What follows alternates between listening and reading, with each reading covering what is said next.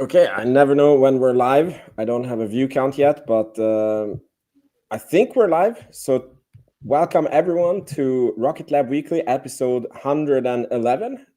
Today we have Scotto with us and Top Gun Matty. And yeah, it's been a very rough week, I guess, for Rocket Lab. The post-earnings fallout and market fallout. I guess it was like the perfect storm for Rocket Lab. Yeah, so how is everyone doing?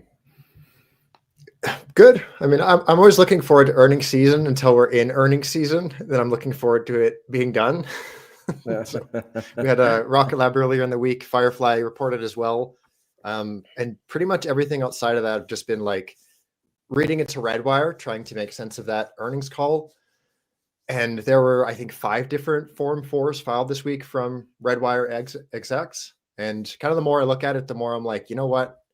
Either they're setting themselves up for a world of legal trouble or they're going to have an outstanding 2026. So long story short, I ended up buying, I used 25% of the cash that I trimmed in the 20s and I bought back in at 5.5. So it's like one heck of a pullback, but we'll see how that plays out. But aside from that, yeah, I still haven't bought Shift 4. I should just add to that position, but that's the only move I made this past week. Is just buying a teeny bit more Redwire. How about you guys? How about you, Vince? You go first. Yeah, I mean, like, as you guys know, my portfolio is boring because I have the stupid effing cover calls on Rocket Lab, but I'm very strongly considering on this dip to just fully close it out and then rebuy Rocket Lab and just go full portfolio. I was going to originally like diversify into, like Rocket Lab, Tesla, and maybe Shift 4, but like, to be honest, I like the earnings so much, and I feel like Rocket Lab is a company that it just like keeps getting better, like since I follow the company, and my trust is more and more up with Sir Peter Beck, and I think this dip is like the universe setting itself right for me, because I missed this whole big run because of my stupid cover calls, and yeah. So that's I'm actually excited about it. I really hope there's not people in the comments that we need to talk off from jumping off the roof. In case, let us know, and before you do anything stupid, it's pullbacks exist. The stock can't go up in a straight way, and all your losses are paper losses. So yeah, Matty, how was your week? Oh, good. Yeah, I mean, I'm down, 15, 16% from all-time highs, but it's a privilege, to be able to be in this position and talk to great people like yourselves about a company that I like. I mean, to give people some perspective, we're still up, 81% in terms of the stock price and over 170% for the past year. So I think it's hard pressed to draw any sort of concern. And, for me particularly, I was just thinking it was just like, well, people are probably running for the hills. I think your title probably drives some panic there, Vince. 40% down from all-time highs, and you start thinking, you're like, well, did they stop launching Electrons? No. Did they stop launching Haste? No. Is the space system still delivering and increasing very massively quarter over quarter and year over year? Yes. Okay, maybe Neutron's delayed a little bit, but it's kind of a drop in the bucket.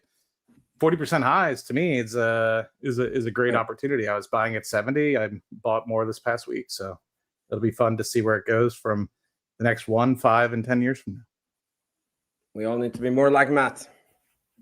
By the way, just on what you said about Neutron being delayed, like, did you guys also notice how like Blue Origin was like the least cool space company, and then they did this landing and suddenly like they're cool again, and that's what everybody remembers, is that they have landed a rocket. And I think Sir Peter Beck is really wise in saying that nobody remembers a late rocket. People remember a blown up rocket or one that is flying sideways. But I mean, for me, as you said, Matt, this Neutron delay and the market reaction, and I hope that there is going to be a lot of overreaction to this, even more than it has already been. It's just a gift. It's just a gift, and nobody's going to remember this once Neutron is flying, and yeah. Mm-hmm. Mm-hmm. Yeah, I mean, the way I look at it is the company is slightly diluting shareholders over time, right? With the ATM program, and then as well the share-based compensation. And so I want to make sure that as this company continues to grow, that I have as much ownership of it as I can. I mean, you'd be hard pressed to look across the landscape of any stock that's out there. And I saw some people talking about macro and things alike. And this is just my personal view. So, not views of anybody else. But I mean, the way I look at it is I think that Rocket Lab is a generational type company that, you'd be hard pressed to find 50 other stocks very similar like it in the same position. And so for me, choosing this as one of my riders, I personally think that this is something I want to continue to own more and more percentage of, right? And so when I get into the 40s and 50s of my life, 6 to 15, 20 years down the road, I have the ability to borrow against it and or use it for other purchases like buying more homes or moving across the country or traveling or whatever, and hopefully being able to see some launches in different countries as well. That'd be a treat, right? So whether that be New Zealand or potentially in the UK. So I look at this as a lifelong journey, and to me, I just want to own as much of it as I can. So this is a blessing in disguise for me. Cool. We're very much on the same page. All right, so I think let's go over the news. Even though we're somehow on this chit-chatting that we usually do, we're so good at anyways covering what I have lined up. So we have a haste on the launch pad in Wallops, and I saw some tweets where it looked like it was delayed until Monday. But Scotto, can you run us through, I think this will be launch 17 or 18? Oh man, give me a second. Yeah, I think number 17. Let me just bring it up real quick. Yes, 17. 17. Wait, is it? Oh yeah. Sorry, yes, absolutely 17. Yeah, and that's happening Monday. I saw Eastern. I always forget the name. I just had it up too. Oh my goodness, Eastern Shore Spaceflight. They posted. It's looking like Monday around. Oh, that's an early one, 7:45 a.m. Eastern. So that's looking good. Yeah, man, it's going to be continue to be a busy rest of the year. I did see another, I think, a delay for STP. That one's I'm really unclear on in terms of what comes next, because it was supposed to be April 2026 and it got moved forward somehow to December 8th. A very specific date, and then now it seems to be April 2026 again. I'm not sure if that's just like a miscommunication or what is going on, but I mean, we still have Synspective, we still have is that 2 with ESA? No, one of those is JAXA, and then one Black Sky should be launching any day from New Zealand as well. So I mean, Rocket Lab reiterated 20 plus launches. I think they're going to do that. I'm quite confident they're going to do that. We're probably looking closer to around 22, 23 is probably a safe bet to round out the year. Wow, that'd be awesome. I mean, can you remind me, Scott? 6 is our max in a quarter, if I remember. 5 is the record, and we've hit that a few times. Yeah, we have hit 5 a few times. I was wondering because I remember hitting 5 a few times. Wasn't sure if we actually got to 6, but it seems like we're on record pace. And I saw that things are actually being accelerated for maybe Vince. I may be jumping the gun, but I saw somebody post that we might actually have an acceleration into 2025. As well, so excited to see. That might be the STP that you're talking about. I'm not exactly sure what STP was. That was that DiskSat one, and that's curious too because I track Redwire really closely, and they have these like VLEO satellites. They're like your standard satellites, like 500 kilometers up. Redwire's talking like 200 to 300 kilometers up, and what Rocket Lab is launching, and you see by like the blueprints, like these are made for an Electron, but they're very, very thin. So I'm wondering if that could be some sort of like VLEO offering that Rocket Lab is going to start launching. So very interesting design, just a bunch of little like sewer cover looking things. Really, really neat. All right. So from the launches, I think we should revisit the earnings. I was thinking that the earning presentation, I don't know if we should go through it again.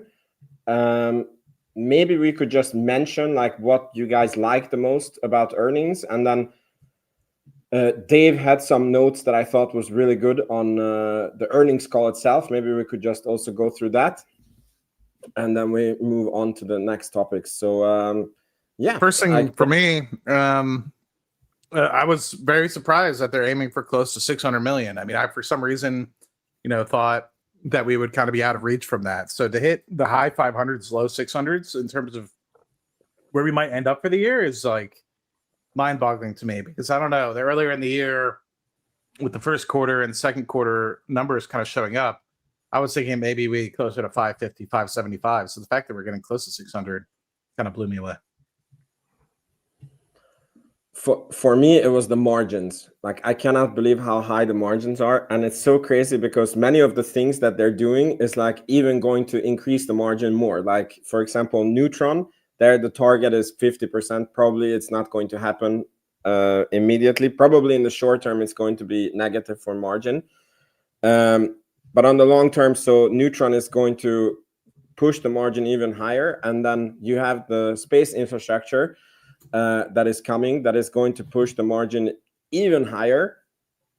So I was really, because currently we don't have profitability. So the only gauge that you have on how profitable they're going to be is the gross margin. And they have a super nice, I think for a material manufacturer to have a 39% gross margin is very, very, very healthy.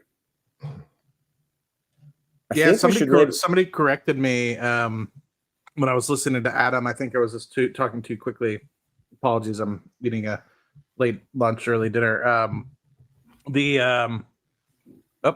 not even on screen. The one thing that surprised me a little bit was they were talking about satellite margins in the Q&A section, and we're now for solar, which was I think the drag, and probably one of the most prominent space systems things that we sell, other than reaction wheels, which I know Scott loves to look at. But the margins have now kind of exceeded 30% for a lot of these things.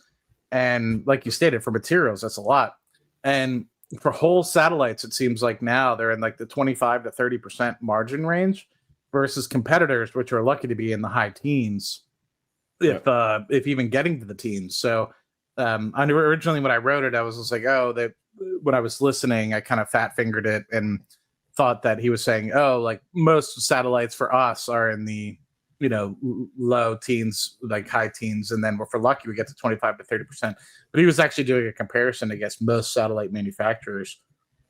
So I don't know what the hell they're doing over at Rocket Lab, but it seems like comparatively, they're running a lean, mean, efficient machine when it comes to some of these things. And I think that when we start to see some of these awards go out, for broader Space Force and things of the like, we could see how much more meaningful a $500 or $1 billion contract for Rocket Lab might be than it might be for others because of the gross margins that they're able to see.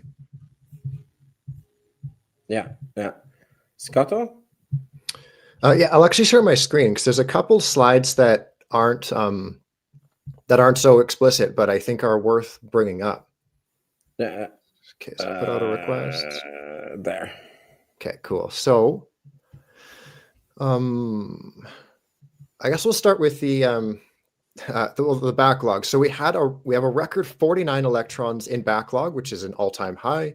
On the call, there was clarification that Neutron 3, which is the U.S. Air Force Research Laboratory reentry mission, that is not yet in a backlog due to it being a ride share. So to make a long story short, we can revisit. When was that one? Q2.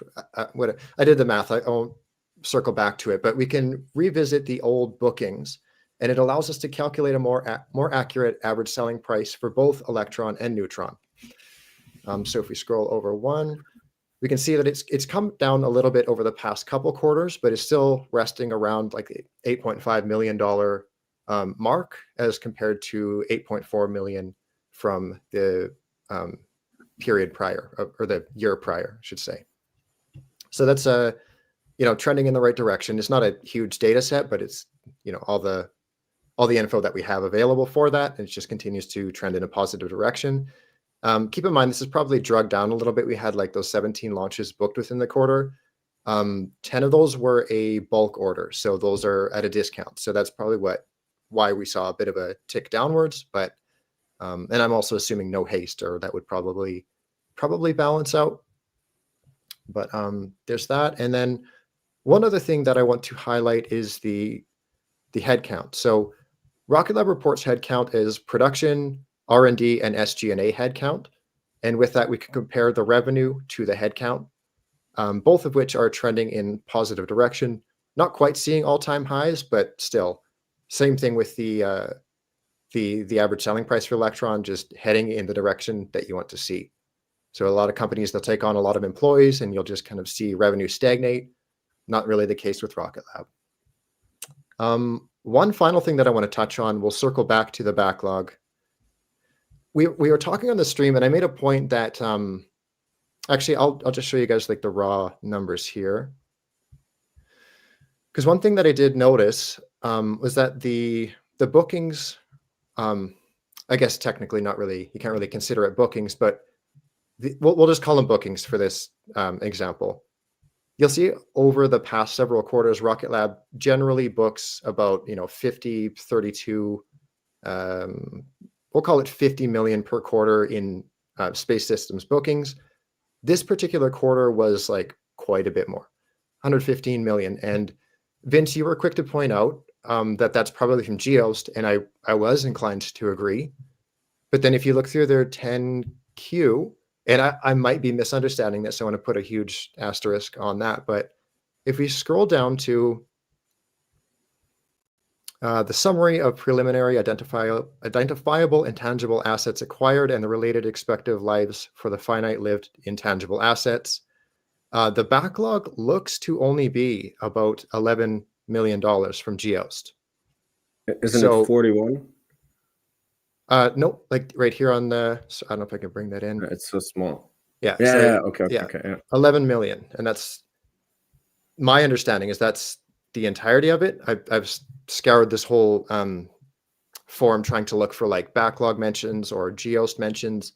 And it seems like that is all that came from Geost. So Rocket Lab, that's still like $100 million in bookings for space systems for this quarter, which is like phenomenal. Like that's kind of twice what they usually do.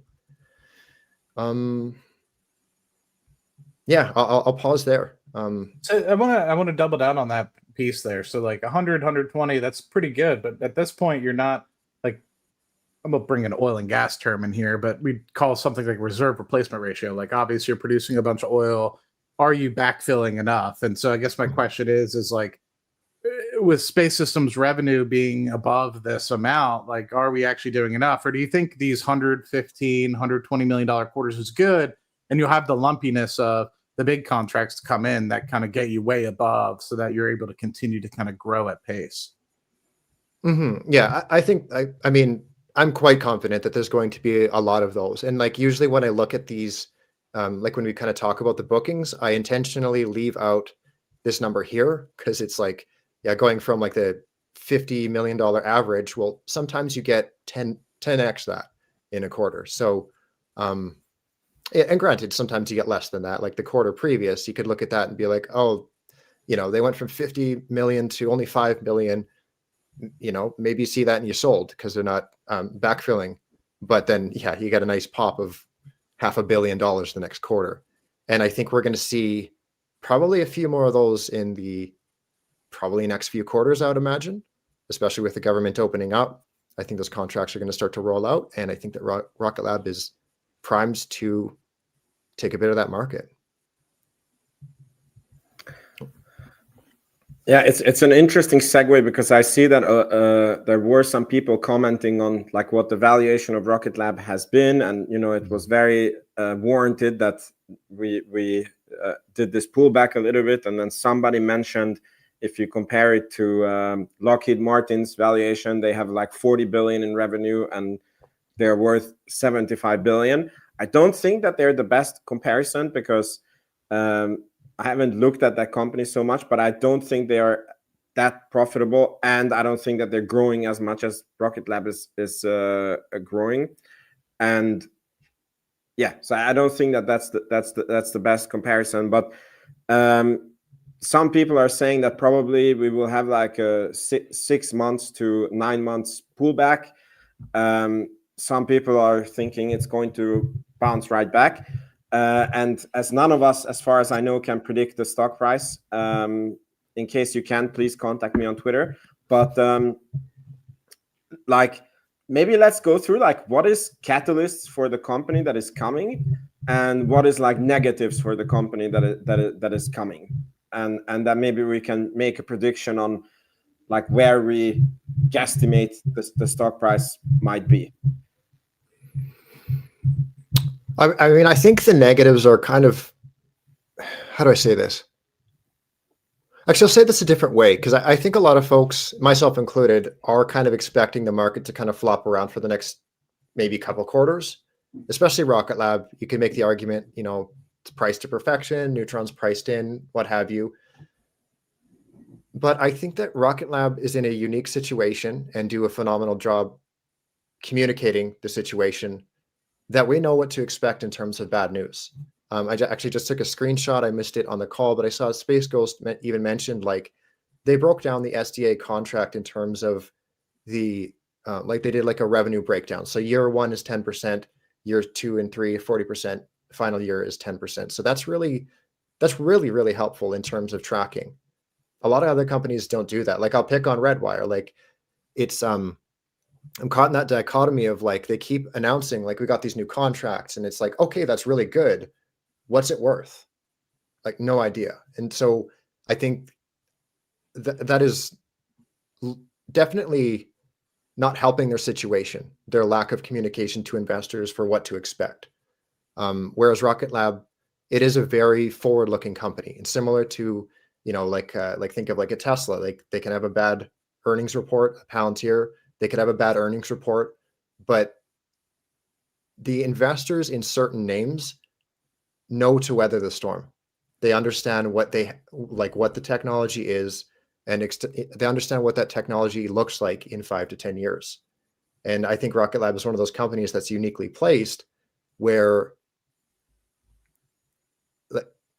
anyone who's selling, anyone who's sold over the past week, especially, like, they're gone. They're probably not, like, they're certainly not coming back, probably not coming back. And all that's really left are the diamond hands, if you will. I hate that term, but you guys know what I'm saying with that. Yeah. Do you mean that you think that they're basically going to forget about the company and never come back, or you just think that they're going to get priced out and they're going to be wanting a cheaper price? Sorry, more specifically, I mean, Rocket Lab has a very long-term thinking base just due to their nature. Not only is it like a security, obviously, but it's like, it's a rocket company. It's not like a, you know, like it's easy to look at Amazon. What is Amazon? Okay, run forward with that. But with Rocket Lab, it's like, are they uniquely placed? And, you know, why not go all in on Redwire? Why not go all in on Firefly, for example? It's, you know, I consider myself very fortunate to be a part of this group, because like, it doesn't attract idiots, and any of those like kind of more short-term thinkers just got shook out. So it's like, and granted, it's like a smaller cap company. So if the greater market sells off, maybe it does sell off disproportionate to that. Like, Matty, you and I think we're probably, our portfolios kind of echo. You mentioned down about 15%. I think I'm roughly the same. Whereas Rocket Lab down 40%, but I don't know. I realize I'm kind of contradicting myself. I don't think that Rocket Lab will sell off to the degree that people might expect it to. Like, I remember like the hype of Tesla, like people are like, oh, it's going to $20. I'm like, it's at $250. I don't think it's going to $20. Yeah. I could see spikes down. Like, I could definitely see where there's very big spikes down, but I think to settle at a price that is much cheaper than $35 a share would be very surprising to me. Like, I was having this great conversation with Vince when we had the fortunate opportunity around Rocket Lab 100 to go see LC3. And it's like, based off of the performance that we've been able to see with space systems, Electron, etc., this is a $15 billion moat company. Like, yeah, people might can sit out there and be like, the revenue doesn't make sense in this sense. Like, but find me another company that could be able to do what Rocket Lab's doing without throwing initially $15 billion and then having to wait for 6 to 7 years likely before they're even to get a first launch off. Mm-hmm. And I'd be very hard to press. So that alone, like, yeah, I get it. Like, maybe from a net income perspective or cash flow from operations perspective, but we've seen people show up at $5 to $10 billion and fail miserably and have to go back for more money. So to even get to a place of where you're at a minimum, I would say is $15 billion of just of moat just around that brand value and around knowing that you can get a rocket off before you even start to talk about profitability. Mm-hmm. Yeah. The only thing I would add to this, so you're saying that a catalyst for the company is the shareholder base, but historically, Rocket Lab tends to somehow like overreact the stock, like the market. Like, so if the market is going up, like Rocket Lab is 2x going up, and then if the market is going down, then Rocket Lab is 3x going down. And I know you said that the stock doesn't attract idiots, but I do think that I would say Rocket Lab Weekly doesn't attract idiots, but I think that there is, like, I think that there's a lot of margin in Rocket Lab, and that's what, like, not us, but I think that there's a lot of other players who margin out on space stocks, and I think that can cause like very sharp like downfalls, as Matt was alluding to. And there is also, the index buying and selling, that if the space ETFs are selling off, I think that Rocket Lab would not be immune to that, despite how well they are doing. Yeah, I mean, that's a fair point. Sorry, Go ahead, Scott. Oh, I was just agreeing with Vince. That is a fair point. Yeah.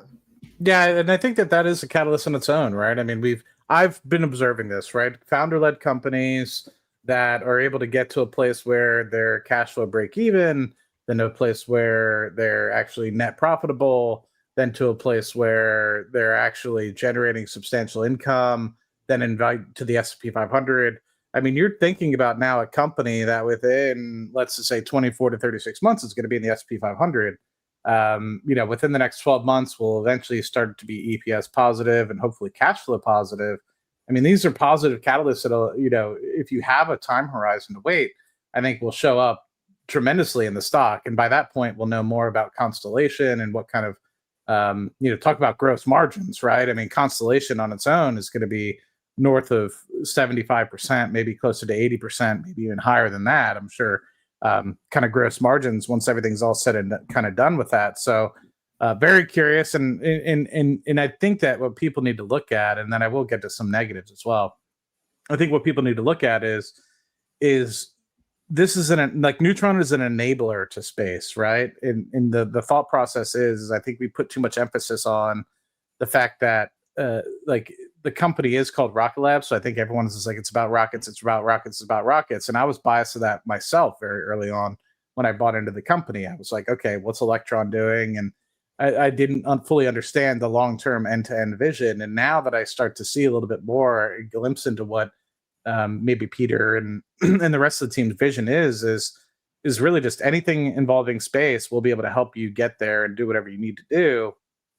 I look at Neutron now as almost like an enabler, recognizing that more revenue will come from Neutron than Neutron itself. And I think that is what I'm looking forward to. This is a stepping stone to opening up another layer of the company that I don't think people fully understand anything about, including myself. It's more so just trusting in somebody that has done something that very few people in the world, let alone will do in the world, have done, which is get a rocket into space, build a nearly profitable space company. So there are some downsides though, right? Like, you are going to pay a premium for something like this because of that.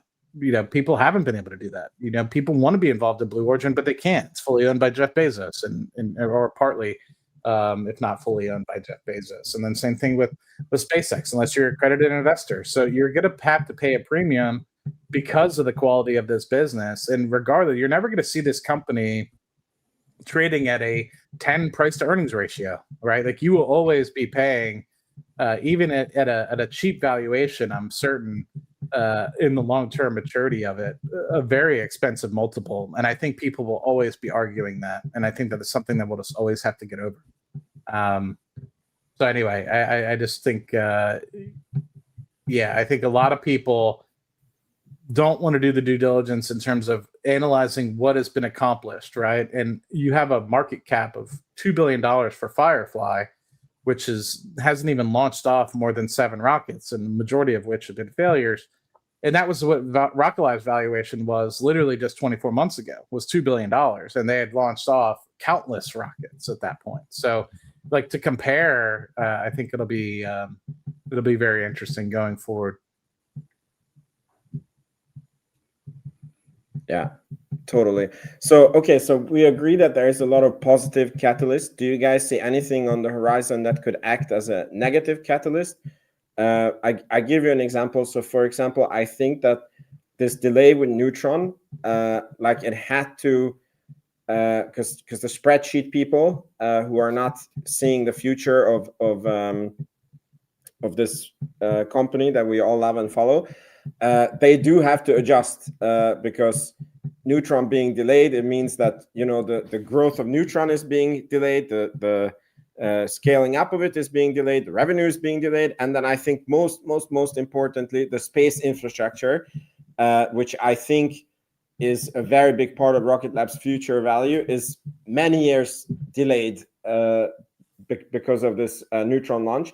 And then I think that there is quite some people like, okay, management has said the end of 2024, then they changed it to end of 2025. Now they're saying H1 2026.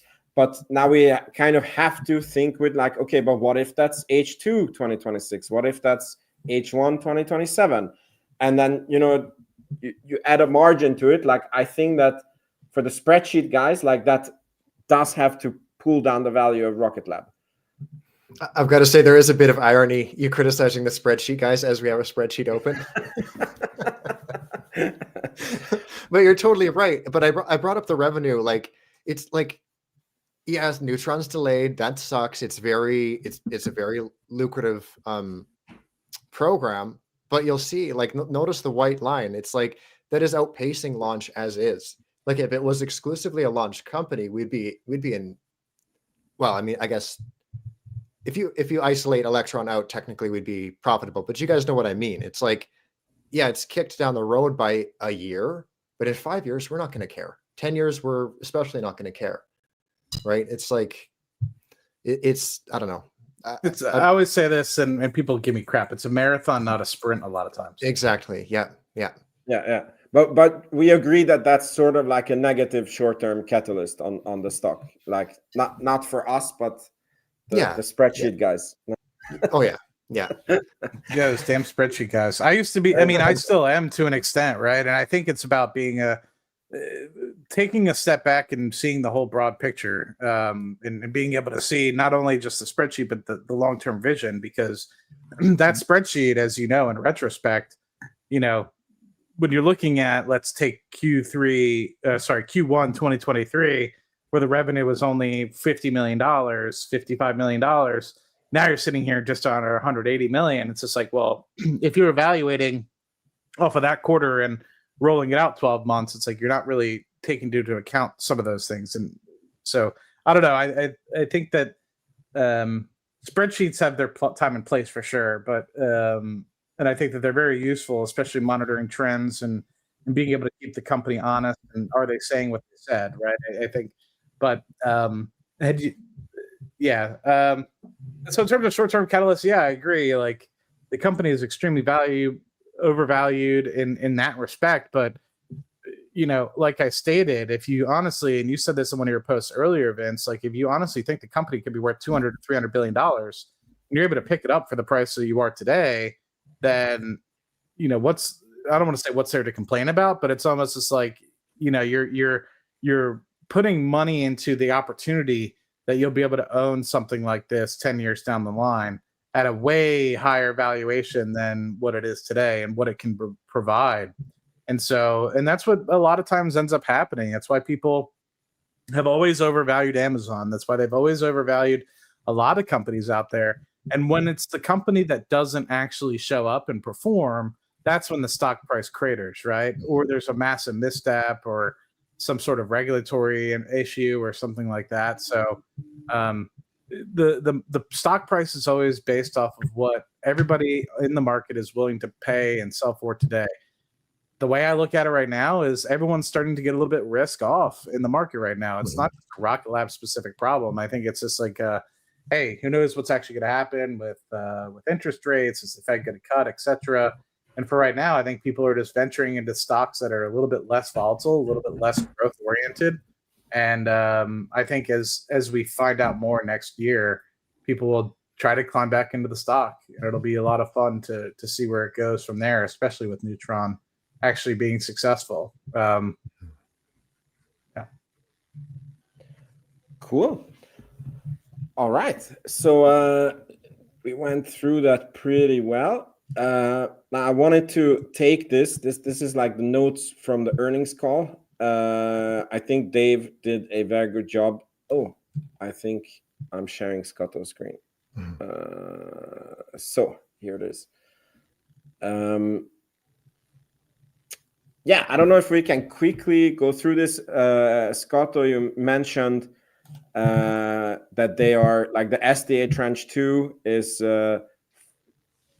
like the way they recognize the revenue is 40%, 40%, 10%. We are in this year, right? When they're recognizing 40%, or are we still in the 10% year?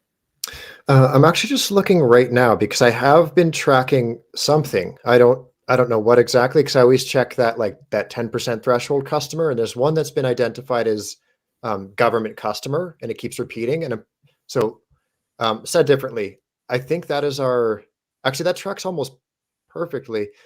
We have, I'm like 90% sure here, so take it with a grain of salt. We have $48 million that was recognized for this government customer in 2024. So that tracks with that 10%. Yeah. And then we have 122 million currently. So we're probably looking at 172 for the year. Would that be 40% of the 500? What was it? 515? That almost seems low. Sounds close. Sounds close, because it would be like 200 something. 210 would be the 40%. Okay, so that's probably it. Yeah. Okay. Cool. And this new contract, this SDA Tranche 3, do you guys remember how big that contract is? Because I had this worry that if we, for any reason, don't get that contract, the space systems is like, I don't know which catalyst it has to keep on pulling in these growth rates that it does. Yeah, I don't recall the exact value. I think it was a little less. I think it was like 300, 400 range. But even if it's not that, even if it is like the Mars orbiter, that's, what was that, 700 million? So even that, like one single contract. Oh, Space Ghost is saying 750 plus for Tranche 3? Plus minus. Oh, hold on. He says, my bad. I'm not too sure. You guys check me on that one, because I'm not too sure. But I know it's like within the... Does anybody know? Because that was supposed to be announced. And then I heard someone said that during the government shutdown, like some of the appropriated money was used to like pay the military, and then now it has to be reappropriated by Congress. I don't know if that was correct. But do you guys know when the announcement? It's tough, right? Because Tranche 3 is 190 satellites in total. Tracking layer is a minimum of 54. Transport layer is 100 to 140. So, I mean, it's a lot of total satellites, and I don't think that one company will win all of it. Just like SDA Tranche 2, right? I think it's going to be split into multiple people. So who knows? They might win two parts of it. They might win one part of it. I'm not 100%, but very unlikely that they'll win all 190 satellites. But the other piece that I think is interesting to consider now that we're talking about this is Tranche 2 also needs to get launched, and that hasn't been awarded yet either. And so I'm curious to see that with this delay in Neutron, does that put that at risk, or are we still kind of in the running for that? Because obviously all you need is a positive launch in 26, and I don't think that those SDA 2 launches are going to happen until late 27, early 28. So I don't know, just another wrench to throw in. I was seeing Space Ghost mention that there are 3 awardees, 18 each. 3. I think he means 18 satellites. Yeah. And he also mentioned, he reiterated that 700 to 800 million. So like 250 million for a contract. So that's that sounds about right. Yeah. Yeah. That, a nice little boost. Nice, but yeah, like whether it's that one, whether it's the Mars orbiter, whether it's like an IoT for a military or another country, like it's there's gonna be a lot of contracts in the horizon, that's for sure. So it's just the tracking layer for SDA 3 then. Looks like. I think yeah, and I think that was the one for supposed to be October, awarded in October. So not sure where we're at with that. All right. So then the next point that was interesting is they asked Sir Peter Beck if the cadence, like, will it change with Neutron, how to think with this, because they were going to launch 1 in 2025 and then 3 in 2026. And then he basically cleared up that the clock starts with the first launch. So like within a year of the first launch, they will launch 3 more. That's how I understood it, at least. You guys can correct me. So basically, like if we launch in Q1 2026, by Q1 2027, it should be 3 more launches of Neutron, right? I hope so. That's kind of my understanding as well. But okay. Cool. And then they asked him. Sorry, I think I wasn't sure if I was muted or not. I was on a different window. I think it'll be dynamic, right? I think that we can always try to plan, and that's all it is just a plan until, we kind of get smacked in the face, right? Whether or not that slap in the face is just slapped in the face with a bunch of dynamic data and or an unfortunate negative result for Neutron, which I don't think will happen. I think we'll get a lot of great information. And I think, to me, success for Neutron is just getting it off the pad and, hopefully getting it into above the Kármán line. If we are able to get a sort of soft splashdown comparable to what's been done for the Starship recently, then to me that's like best case, right? Obviously we're not going to land it on day 1 unless somehow for some reason the first launch is severely delayed where return on investment is actually available. But I don't think that we'll get to that point. I mean, I think return on investment likely isn't going to be available until second half 26 at the earliest. So I don't know. I everything's great to plan until you get slapped in the face with data, positively or negatively. So I mean, we can continue to talk about it, but I think we'll find out more as we really get closer to it. By the way, regarding sorry to be negative, but yeah. So, by the way, on the first landing of Neutron, I don't know if you guys saw, Jeff Bezos posted this video about the New Glenn landing. And if you watch the video, I don't know if you can see it. I have it open not correctly. So the rocket basically flies next to the ship at first. Here you can see it. You see, like, there's the ship and the rocket flies next to it. And then they run like a bunch of tests to make sure that it's safe.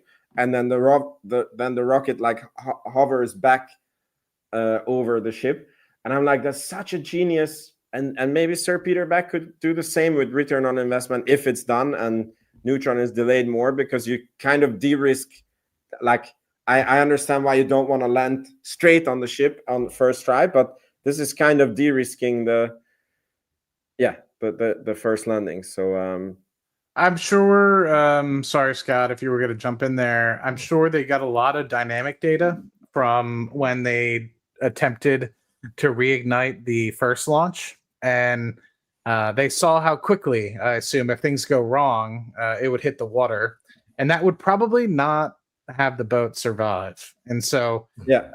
I think that they probably took that and said, you know what, maybe we should aim for a trajectory slightly off, so that way we could at least preserve the boat in the event where, let's say, the ignition doesn't go to plan, and then slowly sweep over, which I believe is likely going to be easier to do than just assume that everything goes well. Maybe in future launches that'll be fixed once they feel a lot more comfortable. But yeah, I think that that's probably wise, knowing I think they lost communication with it. I'm going to speculate and be like a couple miles above before they got down to the ocean surface. So they probably took that precaution. Mhm. But by the way, what did you guys think about the Escapade launch and the Blue Origin landing and Blue Origin becoming a cool company again? I love it. That was a really cool launch, and like, I don't want to sound like, well, I mean, obviously, I'm not a hater. I've been very vocal. Like, I want them to succeed, but like, just that it was their second launch, going to Mars. I'm like, I don't know, maybe. So I was like cautiously optimistic, and I don't know. It was so like inadvertently well done, where it was like, the booster was coming in and it got cloudy and like the camera kind of broke up, but you kind of saw legs, and it was enough to be like, wait, was that the legs? What are we seeing? And then suddenly the everything cleared, and you're like, oh, they just did it. They fucking did it. Flawless. They fucking did it. Yeah. Something really cool. Sorry, didn't mean to cut you just off. one last quick point is, like, I noticed too, if you rewatch like the landing, there's like little bursts around. So I'm not sure if that's some sort of like nail gun, for lack of a better term, but there's pyrotechnic around there. I thought that was really neat to see. They patented some like explosion welding or something like this, so that, like, it was like welding I saw something on it on so they can transport it and not have to worry, because it's so top heavy, I assume. And I wonder that with Neutron too, like, where they have to do something similar. Good point. Mm-hmm. Good point. So I kind of cut you off there, Maddie. What were you No. Go ahead, Vince. Does SpaceX weld? Because I know in the beginning they did weld Falcon 9, and then I don't know if they. It's because like from the wind and like the waves, like it's very easy to. I think they lost like 1 or 2 boosters on transport back to the shore, and and then they welded. But I don't know if they still do it, because Musk was obviously not happy with he thought that the legs was too much volume to carry up to space, and then a potential failure on the rocket, and we all know it became the chopsticks. Well, no, I mean, to me, it's all inspiring. I mean, first and foremost, and really big shout out. It just goes to show you, like, what is possible if you have, I don't want to say unlimited money, but if you have unlimited money, right? Like they are kind of raising the bar. And so now I think it's up to Rocket Lab.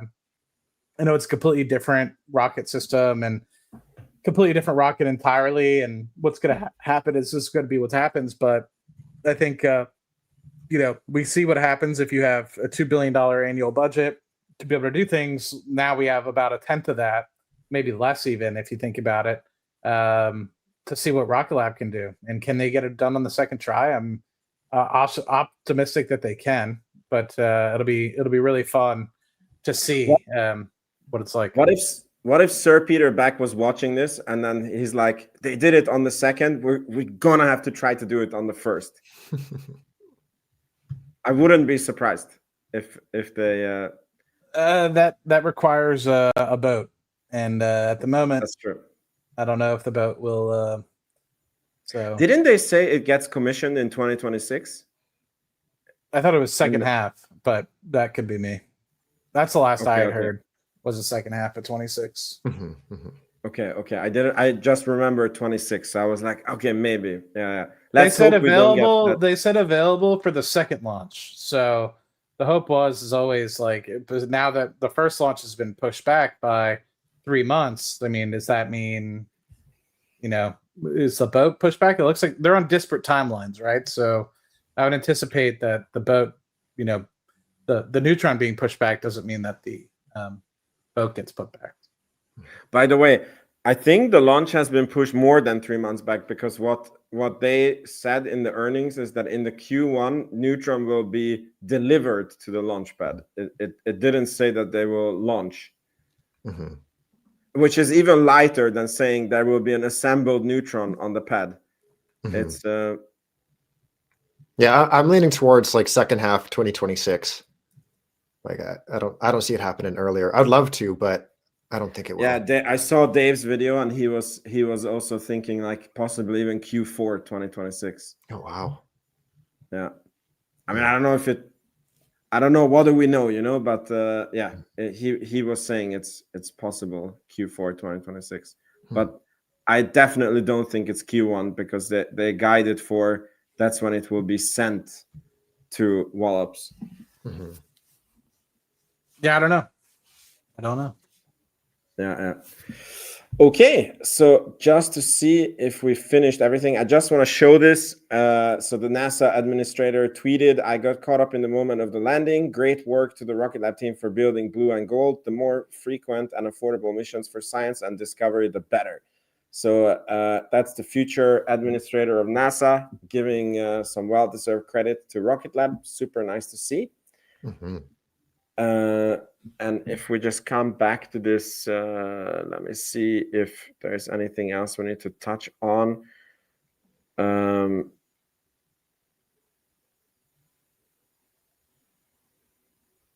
Neutron budget changes. So they basically said on the conference call that they will have used up 360 million through the end of 2026 due to the intention. And that's over the previous guide of 300 million.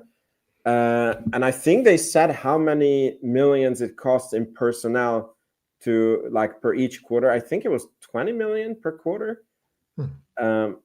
So if we go to Q3 2026, that's an additional 60 million to the budget. So we will land on 440 million in Neutron budget. What do you guys think the budget is going to end at? Yeah, closer to 400, I bet, by the end, unfortunately. But it's fine, I guess. It's not like Rocket Lab is struggling to raise capital or anything. They have like $1 billion in liquidity now, so they'll be able to weather the storm. That's for sure. They maybe ease up on. Well, no, I was going to say they ease up on acquisitions, but they're pretty explicit. They're out there shopping. So, well, I guess we'll see what happens.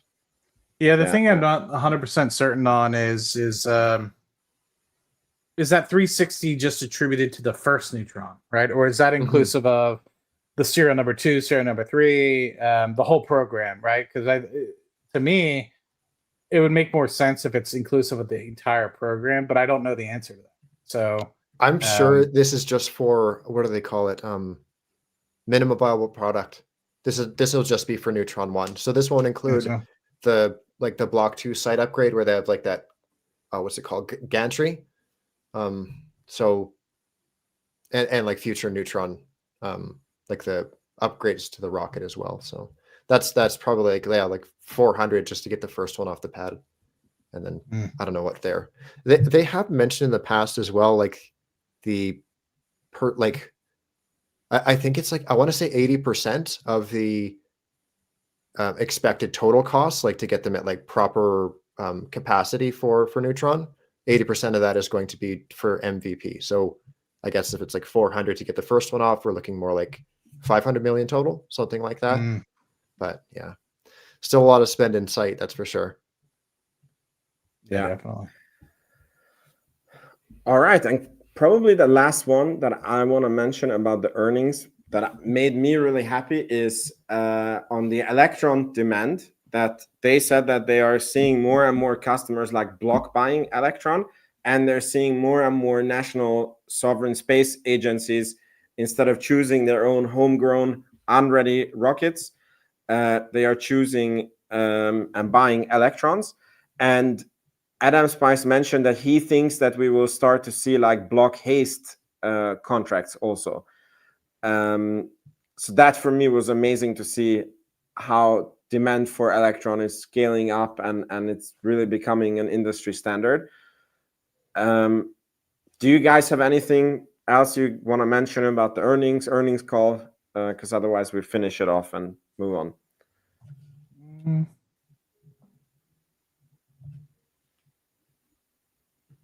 No? Okay, good. Nothing for me. Cool. So we talked about New Glenn landing. I think that was all the Rocket Lab news that I had. We talked about the valuation, where we think the stock is going. The only other space industry news that I had was that the Kuiper project changed name to Amazon Leo, which I think is a fantastic name because it's low Earth orbit and it's like also a name. But yeah, from now on, Kuiper doesn't exist and it's Leo. Maybe they can finally announce that they're a Rocket Lab customer. Yeah. So we might be getting an interview with the team. The answer that I got was that they're trying to sync the schedule, but I think it's the first interview in a while where we do have some very valid questions. Like, I think we can ask Sir Peter back about this Amazon customer. Matt, you also said that you want to know if in this Neutron budget, like what is included in it and other things. So I'm actually really looking forward to getting the date to the interview and we can ask some really, really cool, good questions. Scotto, you wanted to, I have two quick updates, and then we'll touch on Firefly's earnings real quick. We'll compare them to Rocket Labs. But the first update, were these both? I'll just give credit to Francisco for both. He sent me something regarding an update to the MDA debacle. So the CEO, Mike Greenlee, this is MDA's CEO, Mike Greenlee, told investors November 14th that the 9 satellites for Globalstar, so this is the first of, what was Globalstar, 17? Or was it 18? 17? I get the SDA and MDA mixed up. Either way, the first 9 satellites for Globalstar are at final satellite integration and test work. Sorry, maybe I'm misunderstanding this. Final satellite integration and test work are scheduled for delivery in early 2026. Globalstar disclosed the delay last week and said it is entitled to liquidated damages from MDA Space. The satellites were originally expected to launch by the end of 2025. So it doesn't seem like Rocket Lab's at fault there. I think it was last week, we were kind of wondering who's exactly at fault. There's an article that went out is kind of vague in terms of who's pointing the finger at who, but it seems like Rocket Lab's in the clear for this one. The next bit of kind of speculation, I guess, I'll take credit. I was under the assumption that hypersonics might have been canceled. That's based on Kratos' CEO making a comment about exclusivity in the US. But I might have been misunderstanding that in that they're going that Kratos is going exclusive with hypersonics and not hypersonics exclusive with Kratos. So all this to say that reason for the uptick in Q3 was due to a launch cancellation. Jacob Keaton, he mentioned that might have been actually Stamo. I'll give him credit for that as well. I was talking to both of them. They're under the impression that is the second EchoStar mission no longer needing to launch due to the Spectrum sale. So I think hypersonics, actually I'm quite certain hypersonics is still on, and it was a different launch that was canceled. So there's those two updates. Just wanted to clarify on that and kind of fact check myself. Do you guys have anything to add on that? If not, we'll jump into Firefly. I think we can jump in. Okay. Vince, can I grab the screen back from you? Here you go. I'll hop back over. All right. So Firefly reported their earnings earlier this week, a couple days after Rocket Lab. Kind of notes from it. Alpha is back in service following a RUD that happened in late September during a pre-flight static test fire. Alpha's next launch is expected to take place in late Q4/early Q1. In Q3, they saw revenue up 98% quarter over quarter and 37% year over year, largely driven by spacecraft solutions, which was up 130% sequentially. Margins improved across the board, but are still quite lackluster in comparison to Rocket Lab. So for this next section, we essentially take the margins from Firefly, we pull the Rocket Lab margins in from another tab, and we can get a nice side-by-side. You'll notice that, like, kind of no matter which way you slice it, it's, lackluster for Firefly. Whether it's free cash flow, adjusted EBITDA, doesn't matter. Rocket Lab's margins are just a little tidier. I guess as of closed, go ahead. No, it's hard to read the numbers from here. Like, what is their gross margin if you compare it? I'm just curious. Okay, we'll scroll back up.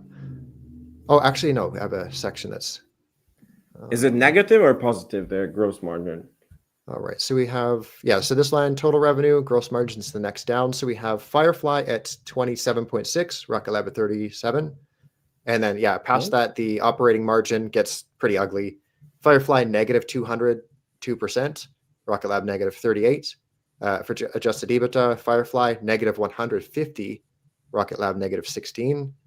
And for free cash flow, negative 200% for Firefly, negative 45 for Rocket Lab. So neither are great, but one is, in the lead by quite a bit. Yeah.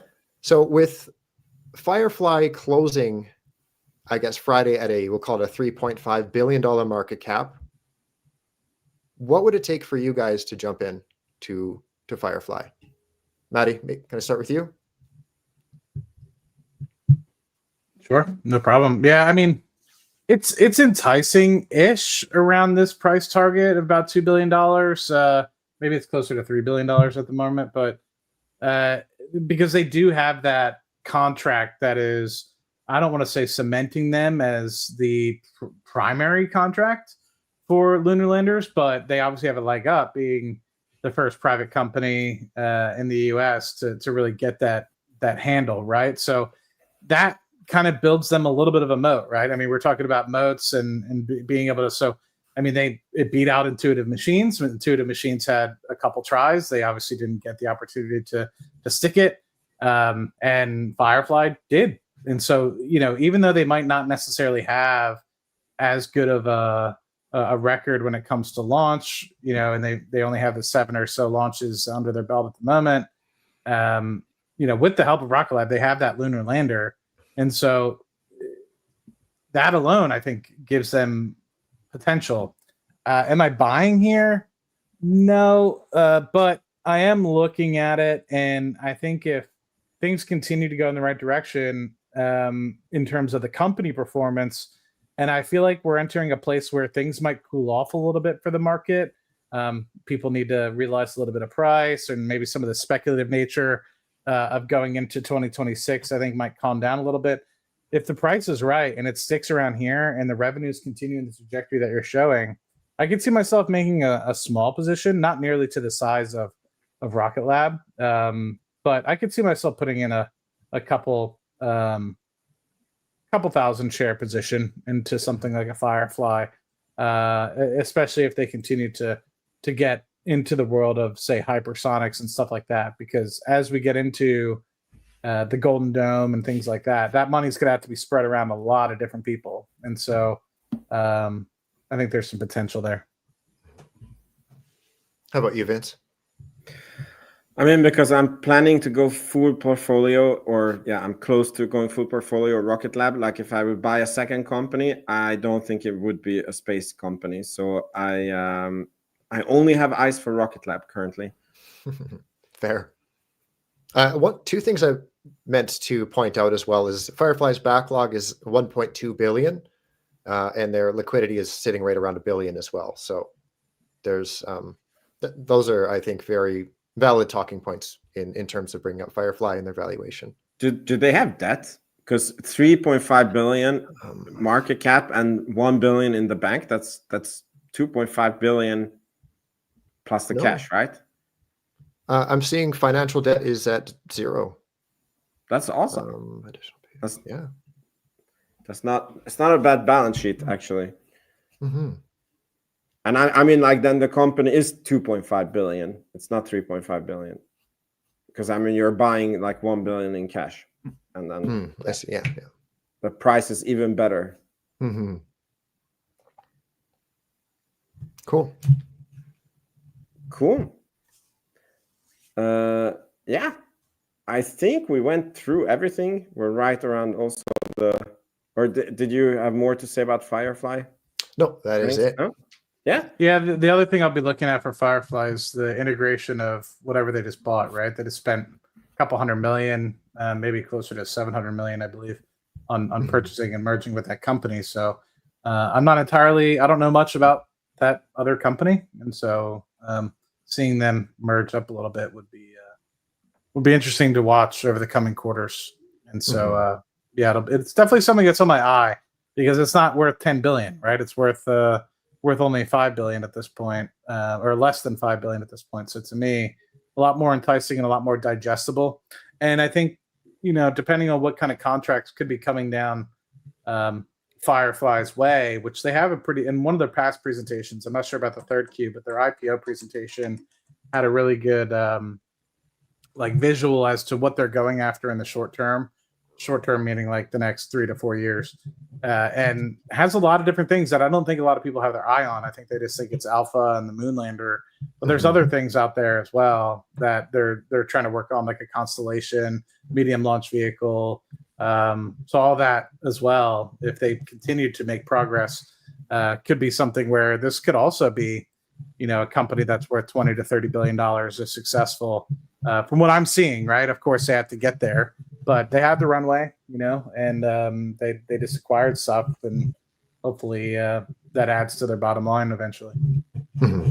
But too early to tell. Yeah.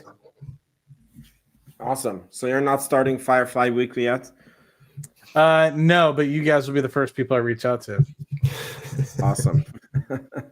That gives that's a wide open invitation for anybody that's out there that is super inspired by Firefly. Back in 2021, a lot of people were inspired by Firefly, Astra, and a lot of others. So sure, there's definitely going to be somebody that does it. So good luck to you. It's a lot of fun. Yeah. All right. So thank you everyone for being here. You guys are awesome. And you, Scotto and Matt, you guys are also awesome. And yeah, let's hope that the markets, what are we hoping for? Green or red? Are you guys you want to lessen your losses or buying at better prices mood? I mean, I'm kind of happy either way, really. If it goes down, I've got cash on the side, and if it goes up, well, I'll win either way. That's the way to be. I'm not done working yet, so for me, like it's a nice figure to kind of see the number by your name go up, but to me, I don't need the money as of yet, and I live a pretty cheap life. So right now, I don't really see myself needing the money. So me continuing to work, add money every other week, and continue every time I get a bonus or something, I just throw it into the market. I'm selfish. I would like cheaper prices, but I want to see a spot. It's like oil prices, right? Like you don't want oil prices at $40 a barrel for the people that work in the oil industry because they're going to get laid off. But at the same time, you don't want oil prices at $80, $90 a barrel because then you're hurting the consumer, right? I feel like there needs to be a middle ground for the market where it's like, if I'm able to make a little bit of money and the prices get cheaper and, the price is still going up over time so people can still feel happy. But I'm pretty upset that the market ran as fast as it did because I wanted to get an additional, 20-30% larger position in Rocket Lab, but unfortunately I kind of got priced out, and so my monthly and weekly buys can't afford as much as it used to. So interesting. So you're saying that you still put in the same amount of money as you planned into Rocket Lab, but it didn't buy as many shares. Yeah, 100%. Yeah. Because it sounded like the price went up and then you stopped buying. But I mean, for the amount of money I was putting in, I was buying hundreds of shares a month, and now I'm lucky to, I don't know how many shares. Yeah, 10 maybe. I don't know. Yeah. Way less. Cool. Okay, so it sounds like you guys are hoping for red. Me too. I'm also no. Okay, I mean Scotto doesn't care. I'm also hoping for red. Yeah, I hope people can handle the pain, and yeah, it's just the short term. For the long term, I think people might hear that and they might be like, "Oh my god, of course he has covered calls," or like, "Of course, like Matt wanted." But it's like, I want everyone to make money, but at the same time, it's like when you're making that much money, like, are you fully completed out your position? Because so many times, and it's hopefully you guys are listening and not like jumping to conclusion, getting emotional about it. I understand it's money, it's emotional, but when you think about it, a lot of times, and so often I hear, and I still say this as well, with how much success my Palantir and Rocket Lab positions have brought me, it's always like, oh my God, like I wish I could have bought more. And you end up in this position where unfortunately you're like, well, you know, it's because the stock price ran so much, right? So to me, it's like a blessing and a curse when the stock price goes up. You're able to get your conviction internally, makes you feel good, but at the same time, it's like you can't buy as much shares per dollar. So, I hope and encourage people to kind of think about it that way, because so many people are like, I can't believe they're wanting the price to go down. It's like, well, are you done building your position? Because if you are, then sure, for sure, you curse my name and, say, Matt, go to hell. But I can bet that majority of you guys sitting in this conversation don't have nearly the position that you wish you did. And you wish that you were able to buy 20, 30, 40, maybe even 100% more shares than you did. And unfortunately, you can't because the price is so much. And now you're saying, well, now I don't want to buy. Well, you're getting the opportunity now to buy at a 40% discount from where we were just a couple months back. And I guarantee some people are just getting emotional. And it really just depends. This is where you need to understand, like, what's your conviction telling you? It goes back to what I said earlier. Did the Electron stop launching? No. In fact, they're increasing cadence. Haste, they're going to 50% increase their cadence in just the next week or two with their next launch, and then it's going to be over 100% increase in cadence if they get the second one off before the end of the year, which I'm confident that they will. And they might even get a fifth launch for Haste off for the year, and they only did 2 launches last year. So, you think about all the small steps, right? If you think about it in retrospect, you're like, oh, Neutron's delayed, it's going to 0. But, to me, I view it as a blessing, and I just want to own as much of this company as I can. Well said. Well said. Let's end on these wise words. So may your sky stays blue and your stock stay red. See you guys. Thanks, guys. Cheers all. See you guys next week.